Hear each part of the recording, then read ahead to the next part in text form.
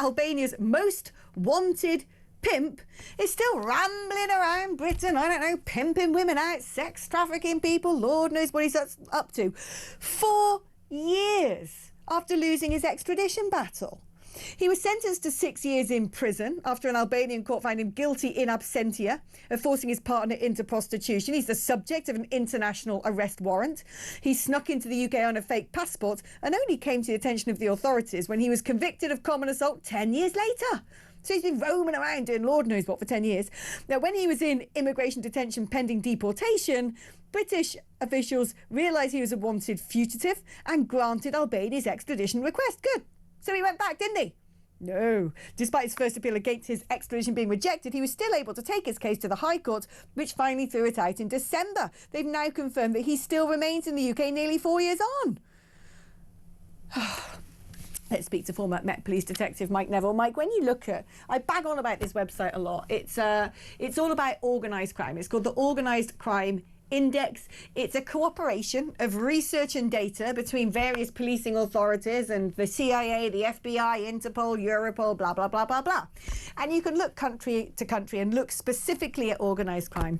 And what it says about Britain is, guess who's behind all the organised crime in the UK? Pretty much it's the Albanians, particularly the really sharp end of that stuff. The drugs mules, the trafficking of women, shootings. It's just dreadful, really hardened, awful stuff. And so you'd think, when one of their worst comes over here, oh, he snuck in on a false passport. But you'd think when we finally managed to find him, despite it being a decade, and we've said, yes, we're going to extradite you to Albania, it would have happened.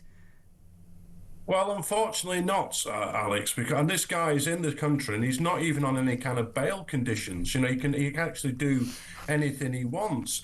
And it's quite incredible when you think that Keir Starmer was trying to send our asylum seekers, failed asylum seekers, to Albania. So the government must think that Albania is safe, else it wouldn't suggest doing that. But these Albanian gangs, as you say, they're engaged in drug dealing, firearms, people trafficking, modern-day slavery. It's quite incredible. We do not need any more Albanian criminals in this country. We have quite enough of our own criminals without importing them. And as I say, the Albanians, as you have indicated as well, that they are possibly the worst organised crime groups we have in this country. They're utterly ruthless. And what is our judiciary doing? They're failing once again to protect the British people from these organised crime groups. It's just madness to me. Any other sensible country would suddenly go, right, Albanians, we're going to put a pause on Albanians entering the country because statistically we can see that a significant number of them have come to join international criminal cartels or run international criminal cartels. But no, we don't seem to do anything about this. And I cannot for the life of me understand when someone is a hardened criminal and we signed an extradition treaty with another country, how they suddenly get to spend taxpayers' money taking the government to court, challenging it. Why? Germany's turned around and said people facing deportation shouldn't be able to use our legal services at our expense to fight it. Why are we like absolute mugs going, go on, have a fourth roll of the dice and maybe this time you're going to be lucky and you're going to be spared deportation? Well, one thing to always consider, Alex, is how many lawyers are in Parliament and how much the lawyers make out of this. It's absolutely terrible. You know, this is, I reckon it's over £1 million that's probably been spent on this man. What? That is, if you look at all the court hearings, all the barristers, etc., etc., etc., and he is now roaming around without any control of him whatsoever. Do we think he's living a decent life right now, earning an honest crust, or is he up to no good? And I would suggest I would put my mortgage on the fact that he's up to no good. He's causing misery in this country. And these lefty lawyers, what do they feel? Do they feel some satisfaction that they've achieved something with these human rights laws or what other nonsense they give? Because as you said at your introduction, these people live in a parallel universe to us. It does not have anything to do with our universe.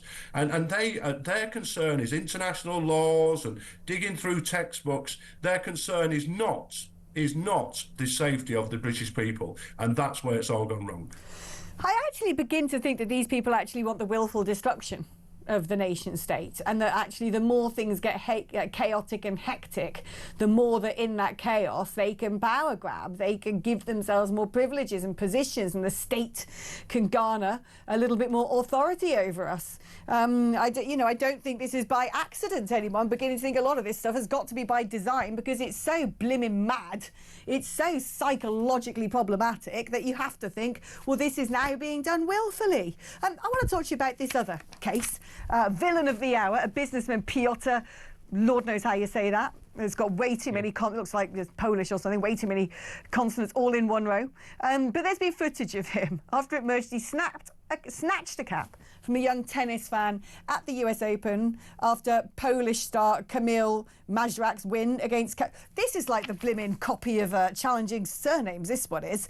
But anyway, here he is, some millionaire businessman. The sporting cap is thrown out into the crowds, and he decides he's going to nick it off a kid. Here's a little factoid for you. When I was growing up, I've always loved Formula One. I still love Formula One. Bit boring these days. But I also really quite liked Ralph Schumacher. Lord knows why, but I did. And he threw his cap out one day, apparently. I forgot this story. And I got hold of that. And a grown man did that to me. Nicked it off me. What's wrong with these people?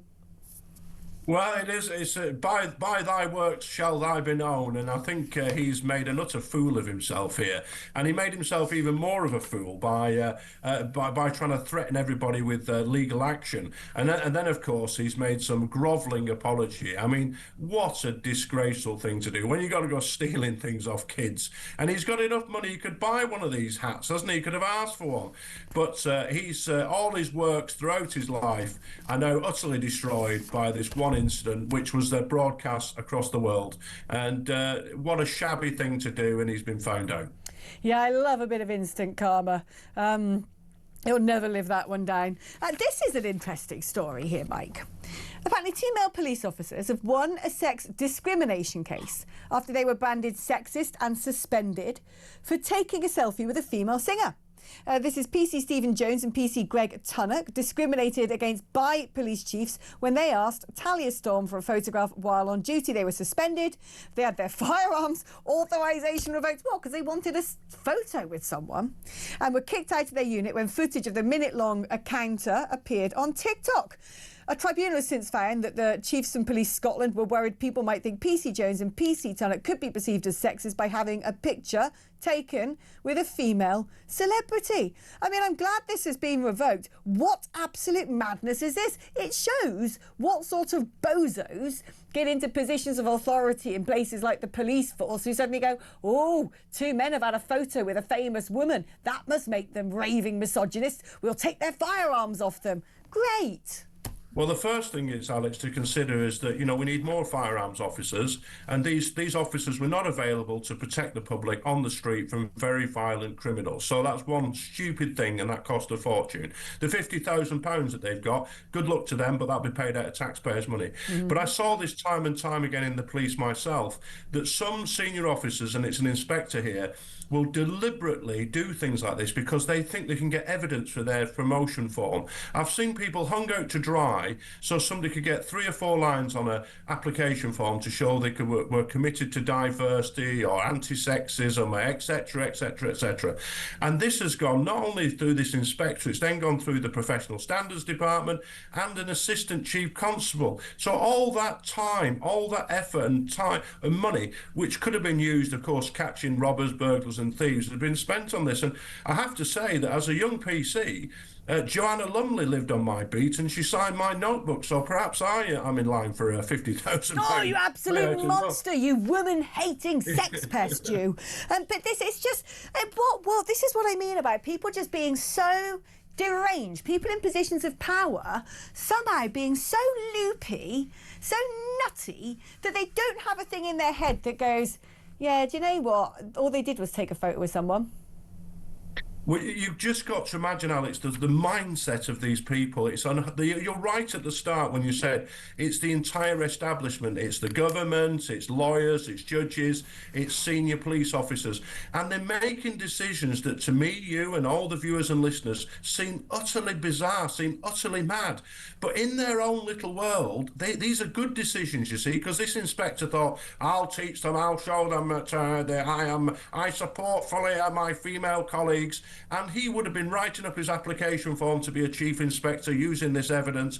And what you've got to imagine is what you think. You've got to stop thinking like that to get into their heads, because they live in another world. And it's really bad. The establishment are utterly, I agree with you, they're intent on destroying this nation, and it's really bad. Do you know what? I think we need to establish some sort of anti-woke correction facility where all of these people who have had to do their critical race theory training and wear their rainbow lanyards and have International Day this, that and the other are all gathered together, sat down in a room, force-fed junk food, made to watch carry-on films, and are repeatedly sworn at and told mother-in-law jokes.